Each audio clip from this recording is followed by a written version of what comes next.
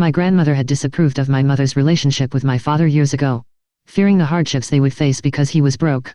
As a result, my mother had spent many nights drowning her sorrows in alcohol, only to be assaulted by a thug, which led to her pregnancy. At the time she was still young with many better options ahead of her. But she chose to punish my grandmother and make her feel guilty by insisting on giving birth to me. When I turned 3, my mother caught a glimpse of my father's features on my face and took me for a paternity test. The results confirmed what she longed to hear. I was indeed my father's child, not that thug's. Elated, my mother used this revelation to win back my father. Yet the couple always viewed me as a blemish in their pure love story, choosing to dump me, a young child, into my grandmother's care as they set off for a new life elsewhere.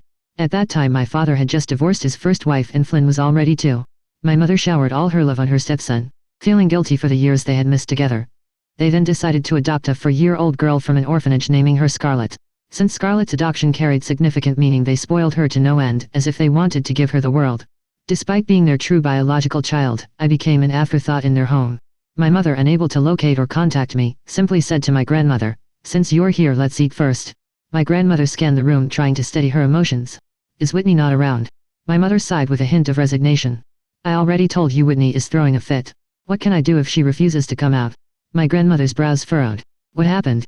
My mother hesitated, opting to skip over what had happened at Wild Valley. "Isn't it obvious? We didn't attend her graduation ceremony, and she's been sulking ever since." Upon hearing this, my grandmother's face darkened. "That girl, I asked her when the graduation was, but she wouldn't tell me. As parents, how could you not go? They say a graduation ceremony is like a little wedding for kids."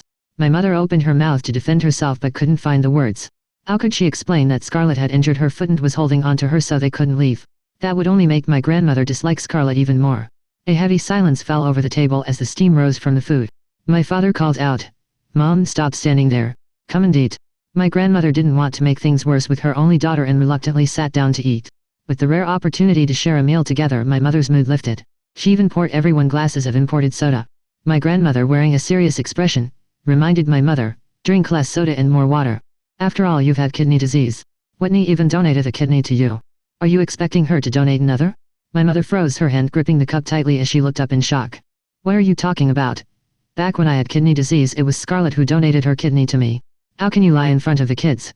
It's disgraceful." Her eyes were filled with sincerity. Instantly infuriated, my grandmother shot up from her seat. "You're so foolish. I told you that you shouldn't take in that ungrateful wretch. Look at what a tale she spun."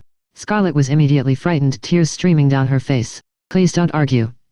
Mom, Grandma said it was Whitney's kidney, so it must be. Please don't be mad."